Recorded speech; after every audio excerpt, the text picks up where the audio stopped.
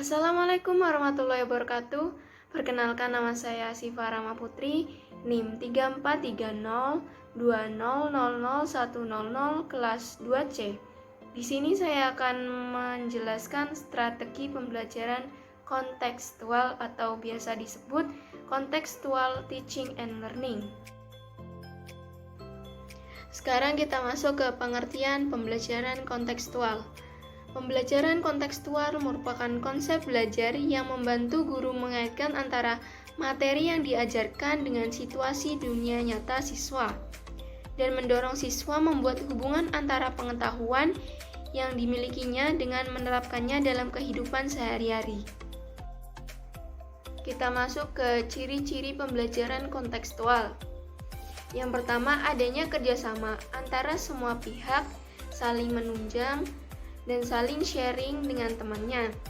Yang kedua, menekankan pentingnya pemecahan masalah.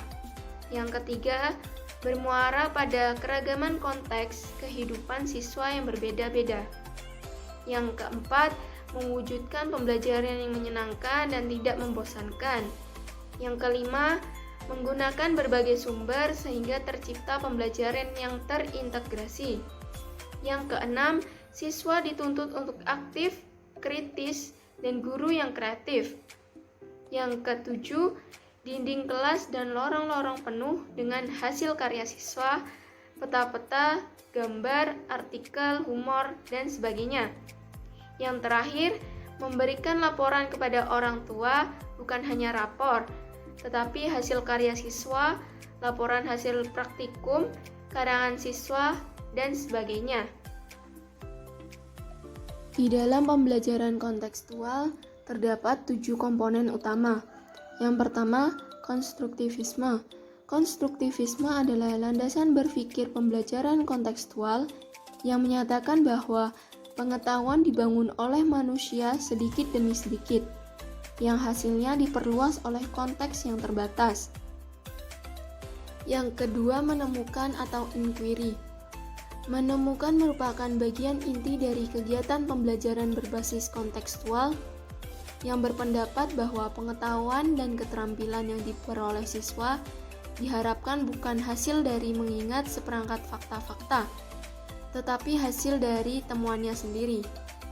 Langkah-langkah pembelajaran inquiry sebagai berikut. 1. Merumuskan masalah. 2. Mengumpulkan data melalui observasi atau pengamatan. Yang ketiga, menganalisis dan menyajikan hasil dalam tulisan, gambar, laporan, bagan, tabel, dan karya lainnya. Yang keempat, mengkomunikasikan atau menyajikan hasil karya pada pembaca, teman sekelas, guru, atau audiens lainnya. Yang kelima, mengevaluasi hasil temuan bersama. Yang ketiga, bertanya. Bertanya dalam pembelajaran sebagai kegiatan guru untuk mendorong, membimbing, dan menilai kemampuan berpikir siswa. Bagi siswa, kegiatan bertanya merupakan bagian penting dalam melaksanakan pembelajaran yang berbasis inquiry, yaitu menggali informasi, menginformasikan apa yang sudah diketahui, dan mengarahkan perhatian pada aspek yang belum diketahuinya. Yang keempat, masyarakat belajar atau learning community. Konsep masyarakat belajar menyarankan agar hasil pembelajaran diperoleh dari kerjasama dengan orang lain. Yang kelima, pemodelan atau modeling. Pemodelan artinya dalam sebuah pembelajaran keterampilan atau pengetahuan tertentu, ada model yang bisa ditiru. Pemodelan dapat berbentuk demonstrasi, pemberian contoh tentang konsep atau aktivitas belajar. Yang keenam, refleksi. Refleksi adalah cara berpikir tentang apa yang baru dipelajari atau berpikir ke belakang tentang apa-apa yang sudah kita lakukan di masa yang lalu. Refleksi merupakan gambaran terhadap kegiatan atau pengetahuan yang baru saja diterima. Yang ketujuh, penilaian yang sebenarnya. Asesmen adalah proses pengumpulan berbagai data yang bisa memberikan gambar perkembangan belajar siswa. Langkah-langkah pembelajaran kontekstual. Yang pertama, mengembangkan pemikiran siswa untuk melakukan kegiatan belajar yang lebih bermakna. Apakah dengan cara bekerja sendiri, menemukan sendiri, mengkonstruksi sendiri pengetahuan dan keterampilan baru yang harus dimilikinya.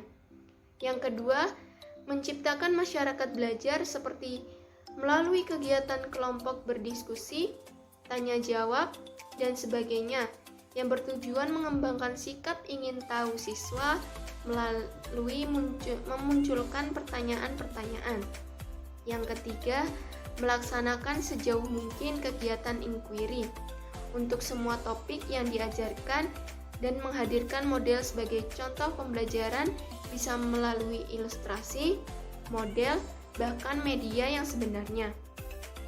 Yang keempat, membiasakan anak untuk melakukan refleksi dari setiap kegiatan pembelajaran yang telah dilakukan.